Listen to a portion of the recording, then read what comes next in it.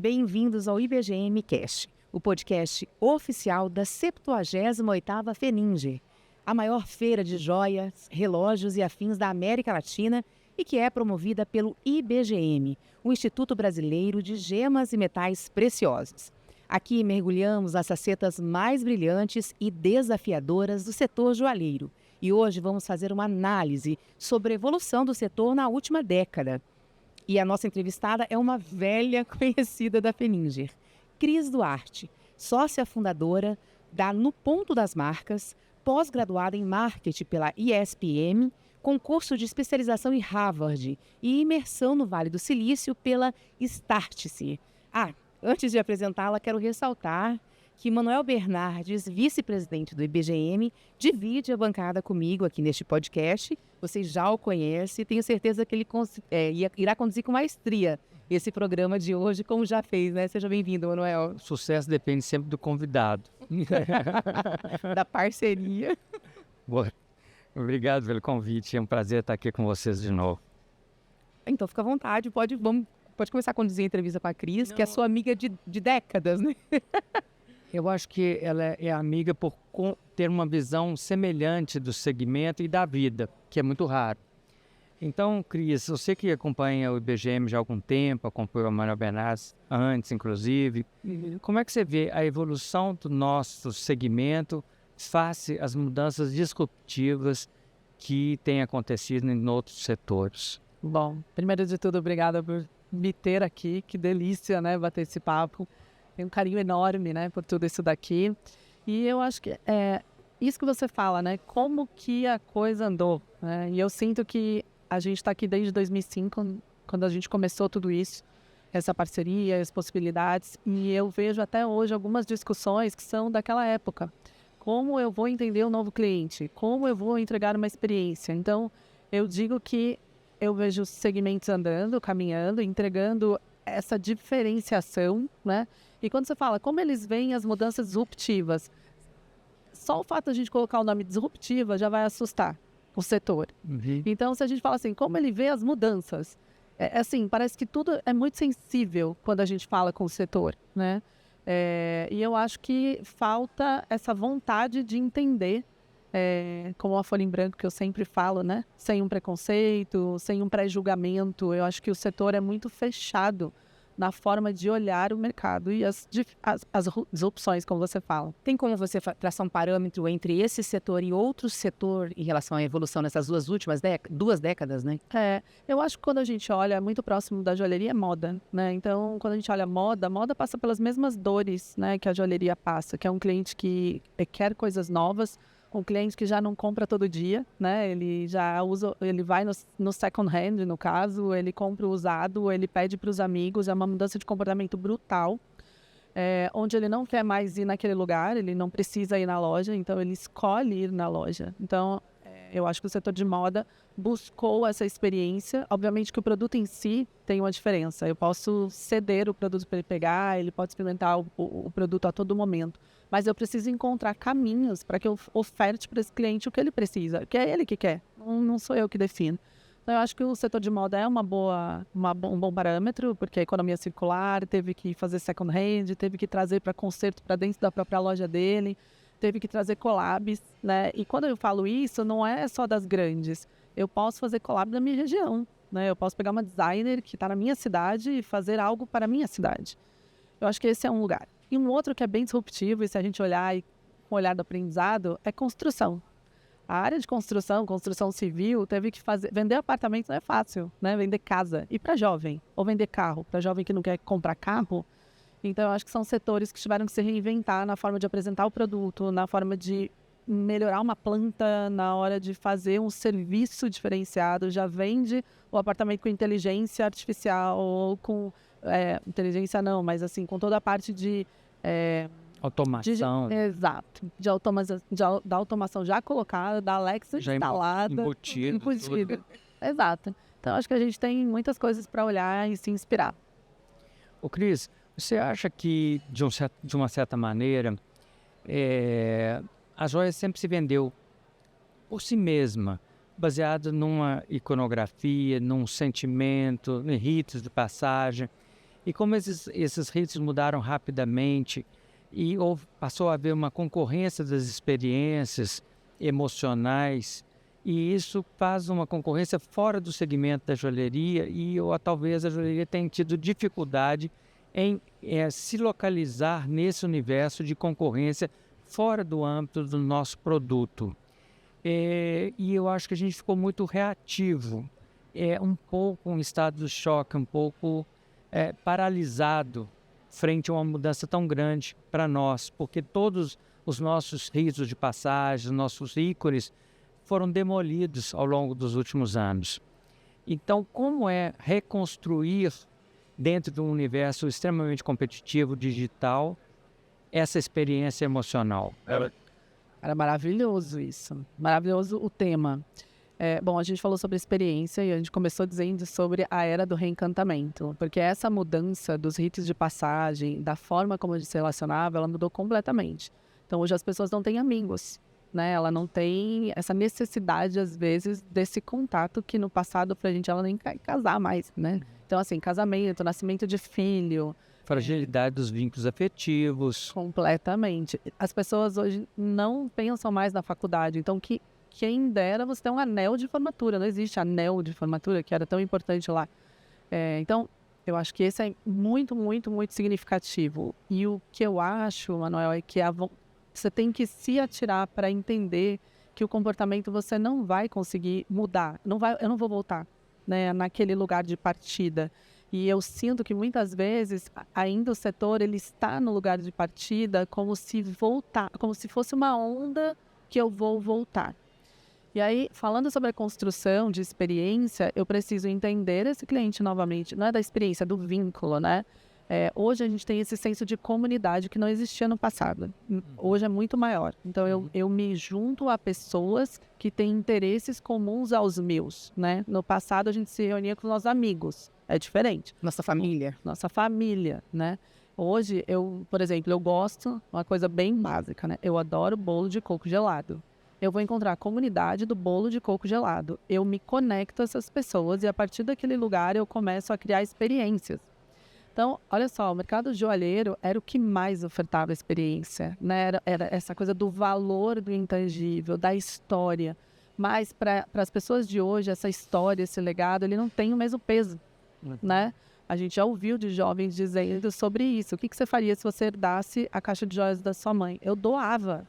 Não é assim, eu doava. Ele não é que ele está vendendo, ele não está transformando, ele não está... Nem monetizando, não está preocupado. Não. Então, assim, ele não está vendo valor. E eu acho que o ponto eu preciso que ele veja valor novamente. E aí, para eu conseguir fazer com que aquela pessoa veja o valor, eu preciso me inserir nela. Eu me inseri na história dela, no gosto dela, na dinâmica dela. Criar conexões. Eu preciso criar essas conexões novamente. Só que o ponto que o Manuel falou, eu acho que é o mais relevante. Eu perdi totalmente o referencial, né, do que eram as conexões que eu tinha. E aí é quando o setor congela. Então eu sinto que o congelar é que foi um problema, porque todo mundo passou pelos problemas de moradia. Eu moro diferente, eu como diferente, eu me relaciono com coisas como a moda que a gente falou diferente, mas os setores foram tentando, eles foram avançando. Tropicou, deu errado, perdeu aqui, ganhou ali, mas pelo menos ele já está na frente. O que eu sinto hoje é que o mercado não perdoa. O fato de você esperar o movimento não dá para você o tempo do jump depois. Você não consegue economizar esse tempo, né? Eu, como pessoa de fora que não pertence ao setor, só para eu entender, a que você atribui essa paralisação de setor, essa inércia, e quais os prejuízos que isso causa agora e em longo prazo? Eu acho, o que eu vejo é essa visão tradicionalista e tradicional, né, do não tomar o risco. Então, é um setor tradicional, normalmente familiar, vem de pai, filho, terceira geração. Então, você tem um movimento. Quando isso é pontual, você movimenta todo mundo. Quando você tem isso num setor como um todo, se eu for conversar com o Manuel, eu vou ter ideia muito parecida com a dele. Se eu vou conversar, caso você fosse do setor e estivesse numa família tradicional, quando eu vou conversar, a gente vai ter o mesmo diálogo. Nossa, você viu que coisa? Tá uma loucura isso. Não vai ter condição, né? Não tem condição. Mas você viu, você vai usar peça grande? Não tem condição. Olha quanto custa a peça grande. Então, você tem a mesma sinergia de pensamento da cadeia toda. E aí fica muito difícil você disruptar. Diferente dos outros setores, quando a gente vê em moda, eu tenho novos designers que conseguiram. O setor ele tem um custo também, né? O investimento que você faz dentro do setor joalheiro não é como setor outros que eu comentei. Então eu posso ir lá e construir uma camiseta, mas eu talvez não tenha a necessidade do capital para eu investir para fazer uma coleção. E aí você começa a distanciar o que é uma realidade. Então eu consigo talvez ser mais ousada em outros setores, onde foi disruptado ou pela tecnologia, né?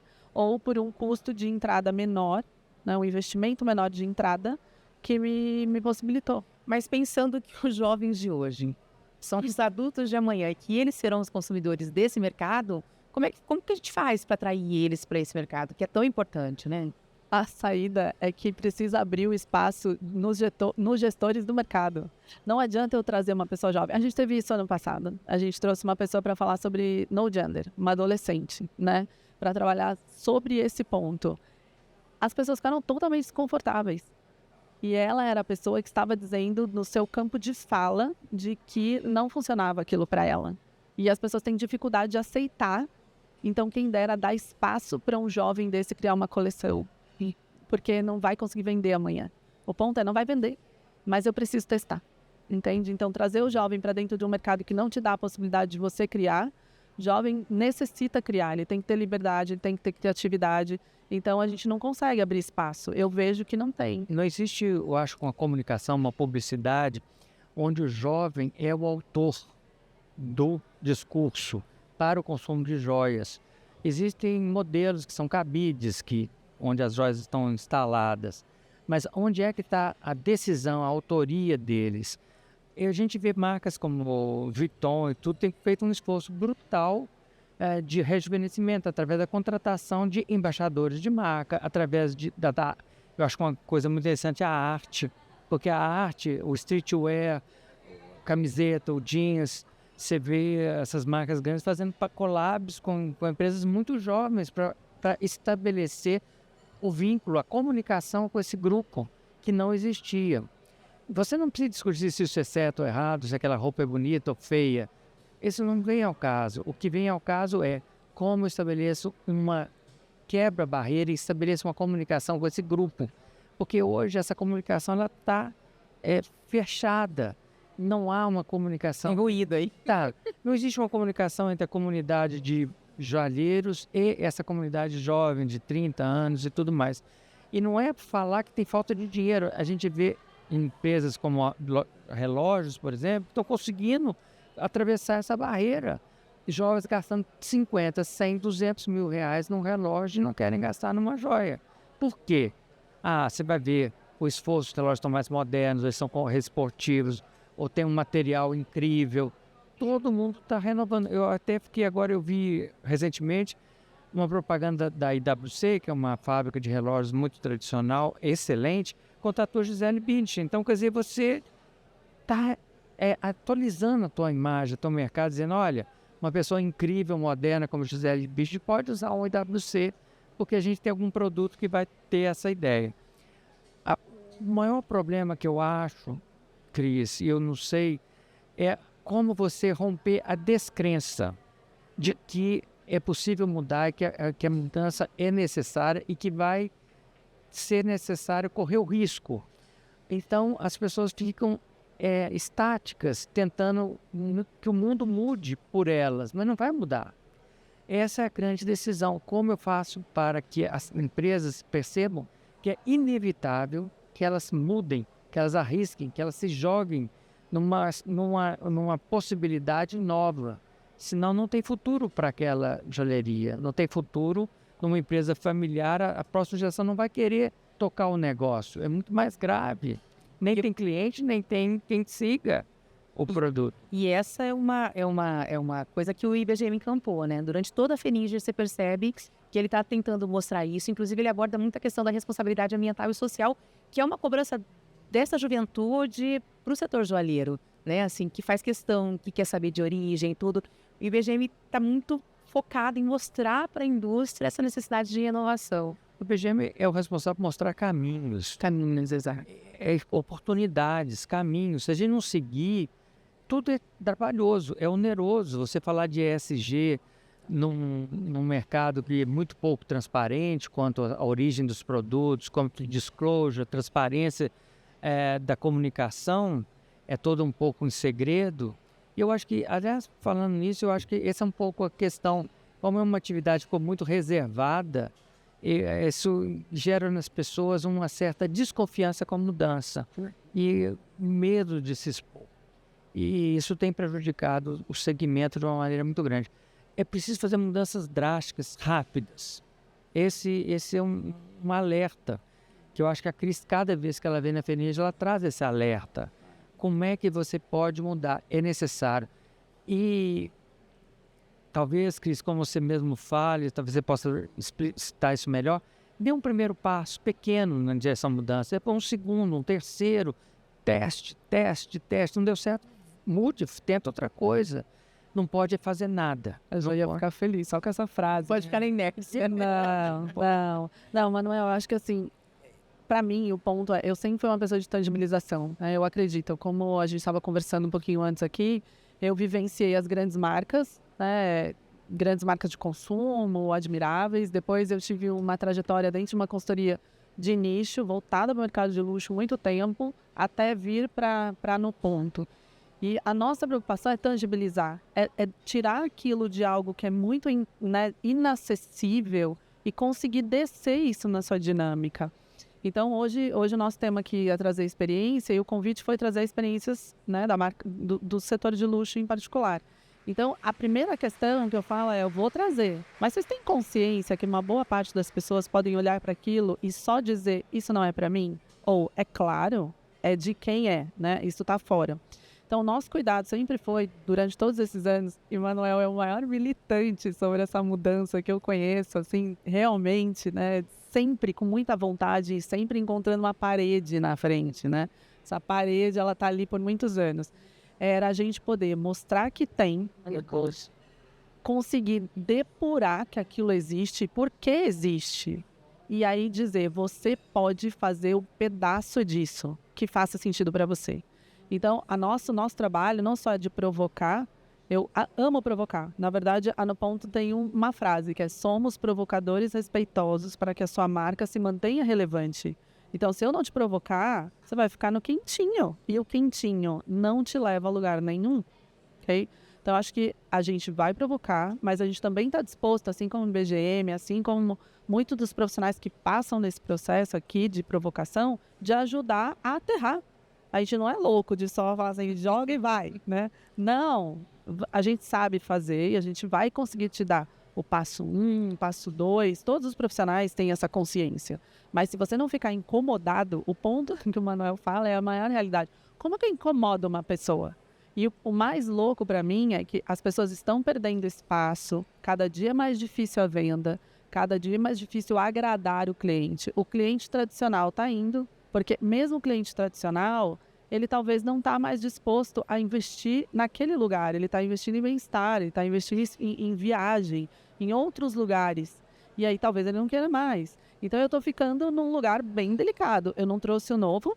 O meu talvez está olhando também para outros lugares. E eu não entendo até onde vai não se incomodar o suficiente para abrir esse espaço. Como que a gente muda isso? Você falou da experiência. Eu ia perguntar isso um pouco do passo a passo. É uma dica de como, assim, a partir do zero. Eu estou numa situação que eu estou perdendo cliente, que está envelhecendo a minha clientela, eu não estou conseguindo atrair novos. Eu sei que é uma série incontável de ações que a gente tem que fazer. A gente tem que fazer um background de planejamento, branding, posicionamento. Bom, dá essa dica para a gente, o passo a passo, porque é uma transição, e uma transição é lenta. Ela precisa ser bem planejada para não perder os clientes atuais e agregar novos clientes. Me conta como é que esse passo a passo milagroso aí. Adoro, como se milagres acontecessem, né? Só estratégia. Bom, eu acho que o primeiro passo, efetivamente, é você ter curiosidade para você entender o que está acontecendo na sua operação. É o primeiro passo. Quando eu digo isso, eu preciso ouvir primeiro da minha equipe interna. O que vocês acham que está acontecendo? Por que isso não está andando? Me falem, assim, abertamente. E se não conseguir fazer isso num bate-papo, abre um Forms lá, um Google Forms confidencial e ouça As pessoas têm que ouvir. E a mesma coisa para o cliente. Me conta aí, né? Seja curioso ali do lugar. Então, assim, abra os ouvidos. Aprenda a ouvir. Porque na audição vai saber. Essa é a primeira coisa. Que eu preciso ter uma consciência do que está acontecendo lá dentro. Porque se a gente dá uma receita aqui e diga, não, comece a investir melhor no relacionamento com o seu cliente. Mas se o interno está errado, eu vou continuar me relacionando e ele não vai voltar. Porque o problema está em outro lugar. Então, acho que é uma tomada de consciência. Tipo terapêutico, eu vou tomar uma consciência de que momento eu estou. Eu vou tomar essa consciência e aí eu vou dizer, não, eu preciso agora investir mais para o meu cliente. Então, a primeira coisa é, quem é seu cliente? Vamos nichar o cliente. Quanto do meu faturamento hoje, como que está a minha venda dentro do cliente tradicional, dentro de um cliente novo? Quem que está vendendo mais aqui? Que peças que eu estou colocando mais para lá? Eu preciso ter uma noção desse meu cliente. A partir de eu saber quem é esse meu cliente, eu vou entender o que ele precisa e aí eu vou poder fazer. Se é um clube, né, de vantagens, é uma coisa. Se é eventos de conhecimento e troca, é outra coisa. Se eu tiver uma consultora de imagem para que quando eu venha comprar a peça ou eu precisar, eu saber quem essa cliente é, e falar, não, você já levou essa peça e essa, olha, tem essa que combina com aquela, entende? Então, a gente está muito mais direcionado. Eu vou até usar aqui a NRF desse ano, eu trouxe um tema que para mim foi um dos que eu trouxe, que é não dá para vender para todo mundo da mesma forma.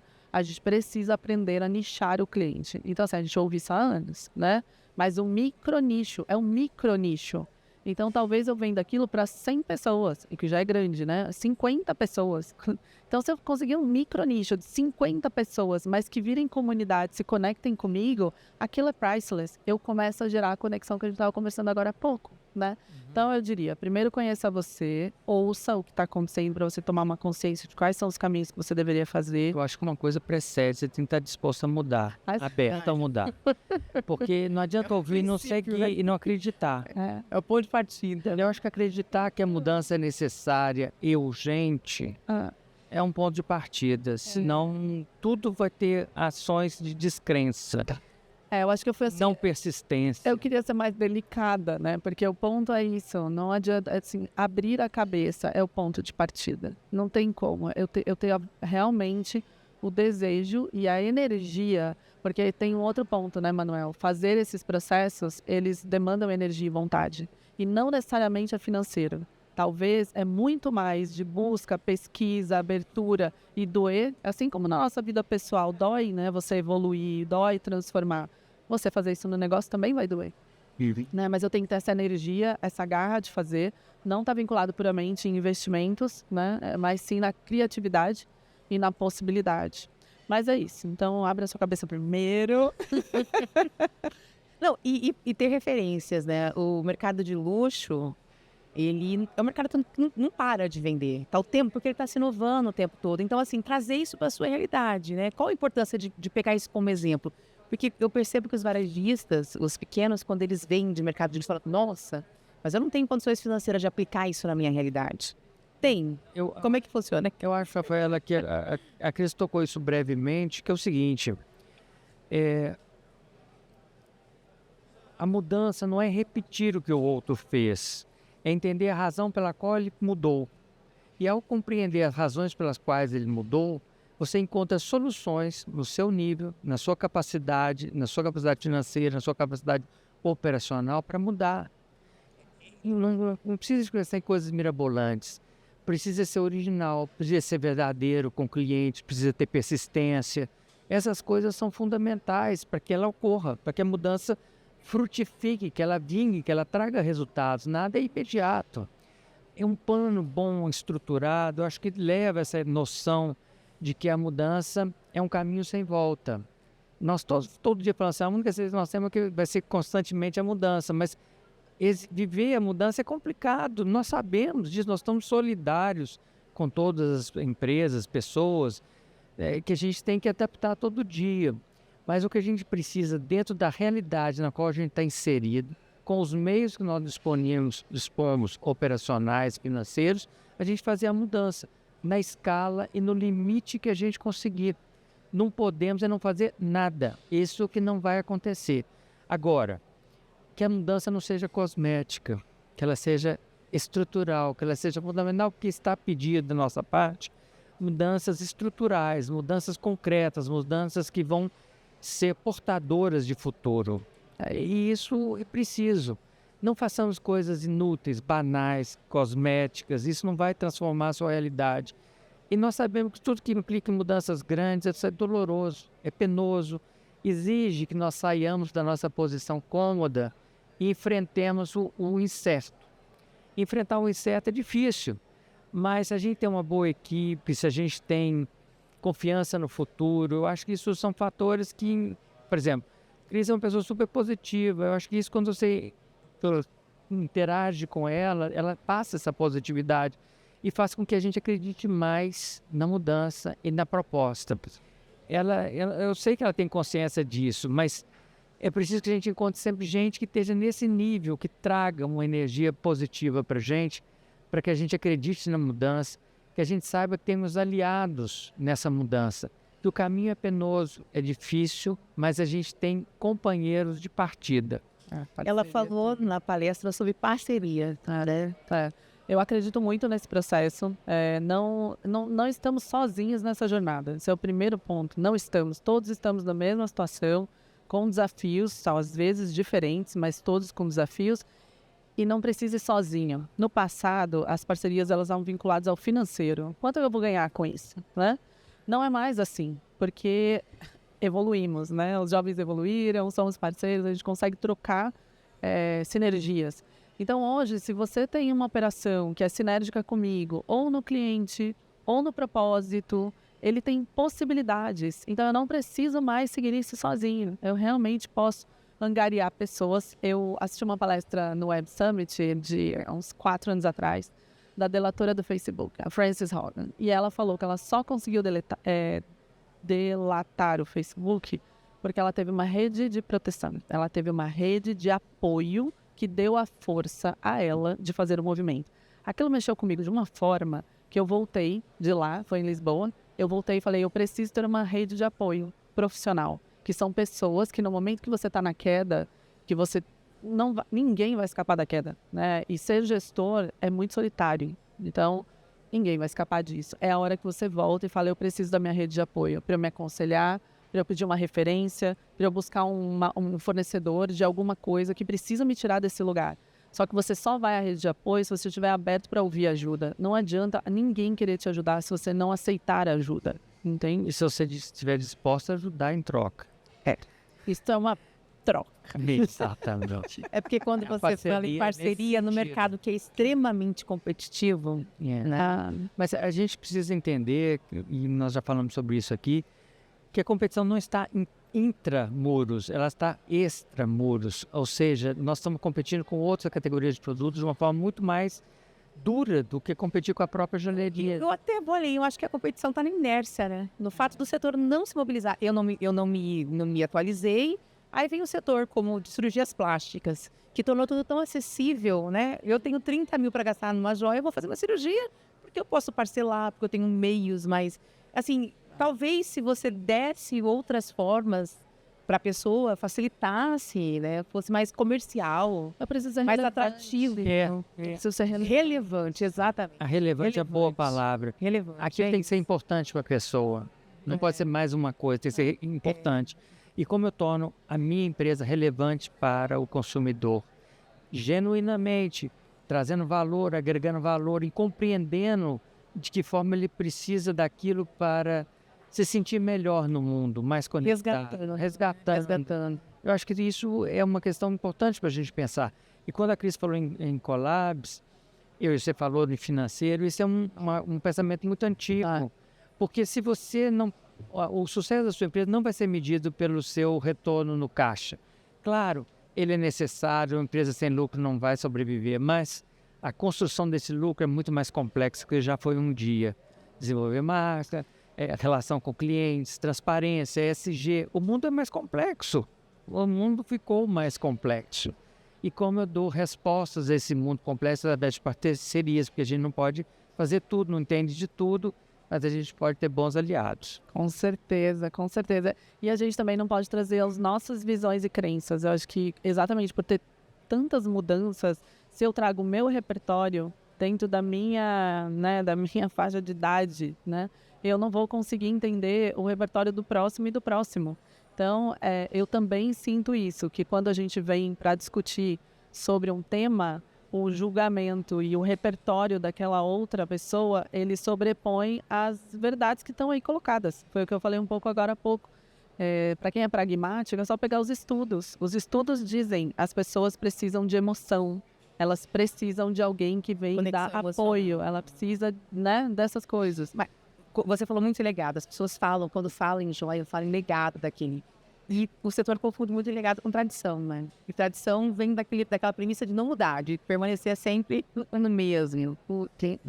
Mas eu fiquei muito triste. Legado é o que permanece. É o que permanece. O que na minha interação com o cliente vai permanecer? Eu fiquei muito triste no início da nossa conversa, quando você citou o exemplo do jovem, que falou, eu doaria a caixa de joias. Porque a minha família não é uma família de posses, mas o pouco que nós herdamos da minha avó foram joias. E para nós... São simbólicos. Exatamente, significado muito importante, sabe? E aí, de repente, você vê um jovem e fala assim, eu vou doar, tipo... Qual o significado disso, da sua família? Quando foi construído, porque é diferente. De novo, voltamos na relevância. A relevância para essa pessoa talvez sejam as memórias do que viveu em outras coisas. Mas se ela tiver que escolher, ela vai investir no celular novo dela e não brinca uma pulseira. Nós vamos reinventar o mercado para que isso não aconteça. Gente, bate-papo tá ótimo. O conceito de joia precisa ser um conceito expandido. Não é um conceito do gramas de ouro precioso.